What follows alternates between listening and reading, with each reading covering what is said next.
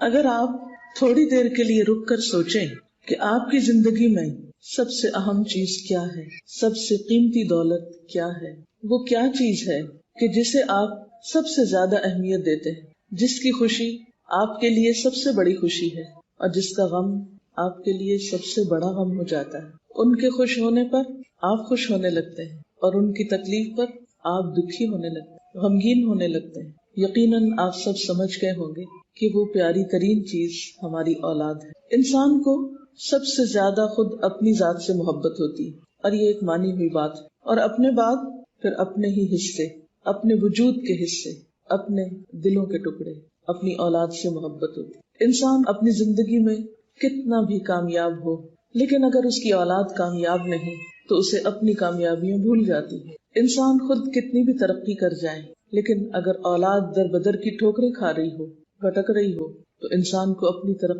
ترقی نظر نہیں آتی۔ اولاد انسان کے لیے نہ صرف یہ کہ اس دنیا میں خوشیوں اور سعادت کا باعث ہے، بلکہ انسان کے مرنے کے بعد بھی دنیاوی اعتبار سے اور آخرت کے اعتبار سے ایک قیمتی ورثہ ہے۔ آپ جو کچھ بھی چھوڑتے ہیں مرنے کے بعد، ان چیزوں میں سے دنیا میں بھی آپ کی اولاد ان چیزوں کی وارث بنتی ہے، جو کچھ بھی آپ مال و متاع میں سے چھوڑیں۔ اور اگر اولاد نہ ہو تو انسان کی اس دنیا میں وہ دلچسپی اور اس دنیا سے وہ محبت بھی نہیں ہوتی۔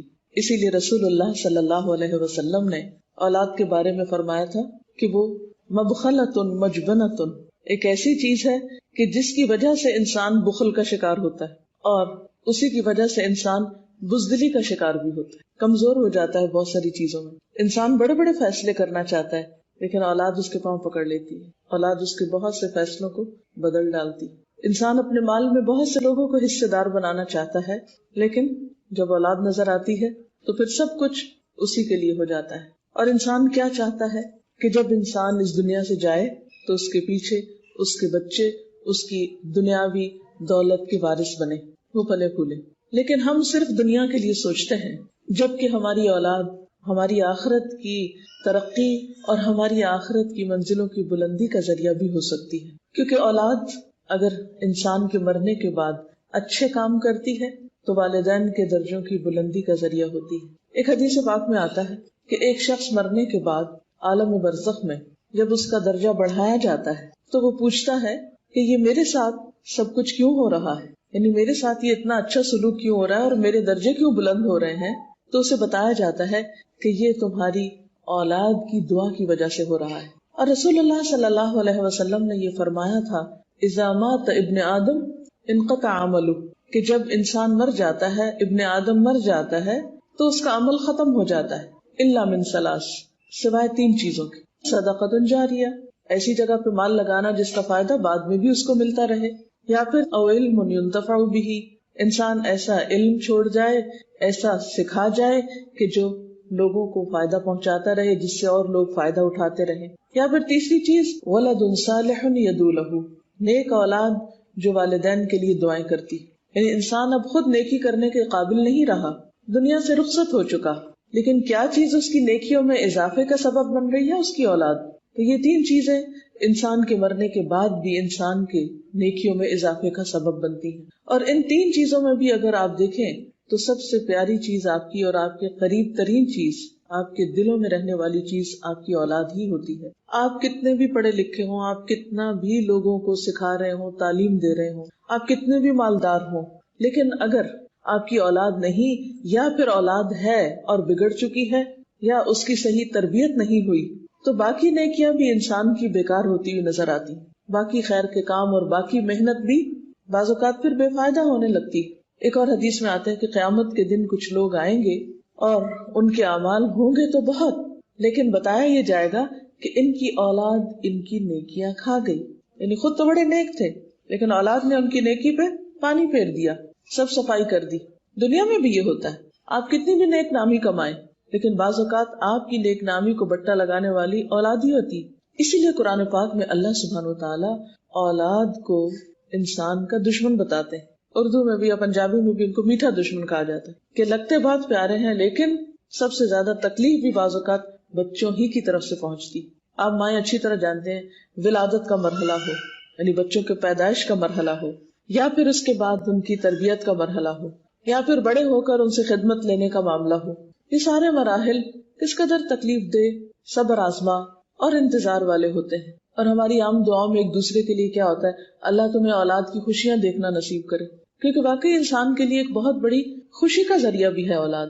لیکن اس کے ساتھ ساتھ قرآن پاک میں اللہ تعالیٰ فرماتے ہیں ان من اولادکم وازواجکم عدوا لکم، کہ تمہارے بچے اور تمہاری بیویاں یا بیویوں کے لیے شوہر تمہارے دشمن ہو سکتے ہیں. فاحذروہم، ان سے محتاط رہو. وان تعفوا وتصفحوا وتغفروا فان اللہ غفور رحیم، پھر اگر تم معاف کر دو، درگزر کرو، بخش دو، تو اللہ بھی غفور رحیم ہے. یعنی اولاد کا رشتہ ایسا ہے کہ جس کو تم کاٹ کے پھینک نہیں سکتے، وہ تمہارے ساتھ جڑے ہوئے ہیں، تمہارے ساتھ ان کا تعلق ہر صورت میں ہے.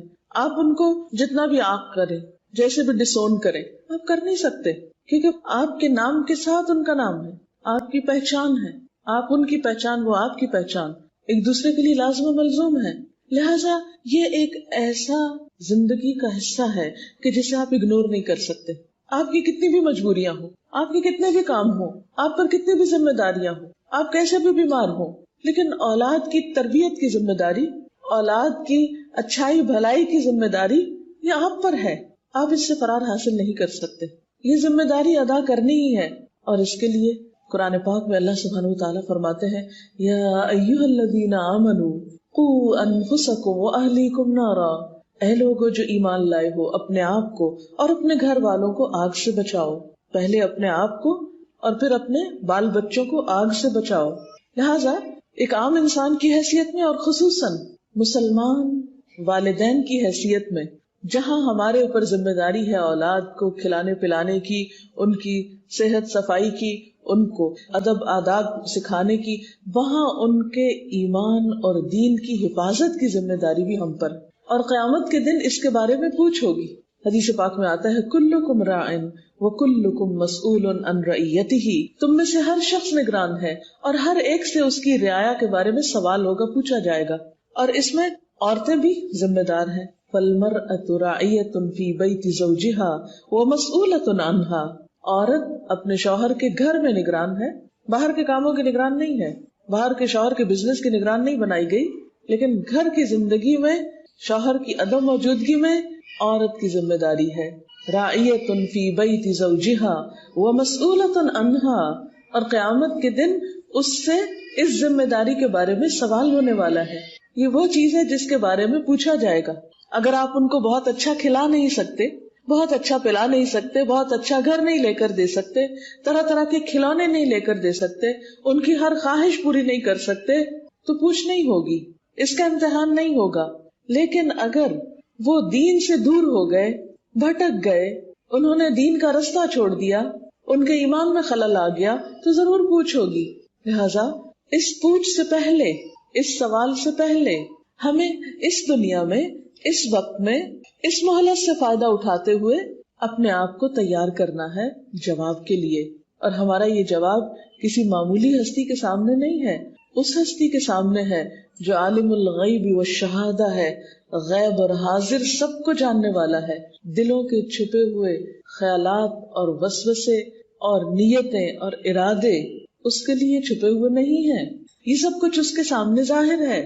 اس لیے ہم انسانوں کے سامنے تو عذر کر سکتے ہیں، کسی انسان کو تو بہلا سکتے ہیں، کسی انسان کو تو کہہ سکتے ہیں ہماری بڑی مجبوریاں ہیں، ہم پہ بڑی ذمہ داریاں، ہم پہ بہت بوجھ ہے، ہمارے پاس وقت نہیں ہے، ہمیں فرصت نہیں ہے. لیکن اللہ تعالیٰ کے سامنے ہم یہ عذر اور بہانے نہیں کر سکتے، کیونکہ اس کو پتا ہے کہ ہماری کون سی مجبوری کیسی ہے اور کتنی ہے.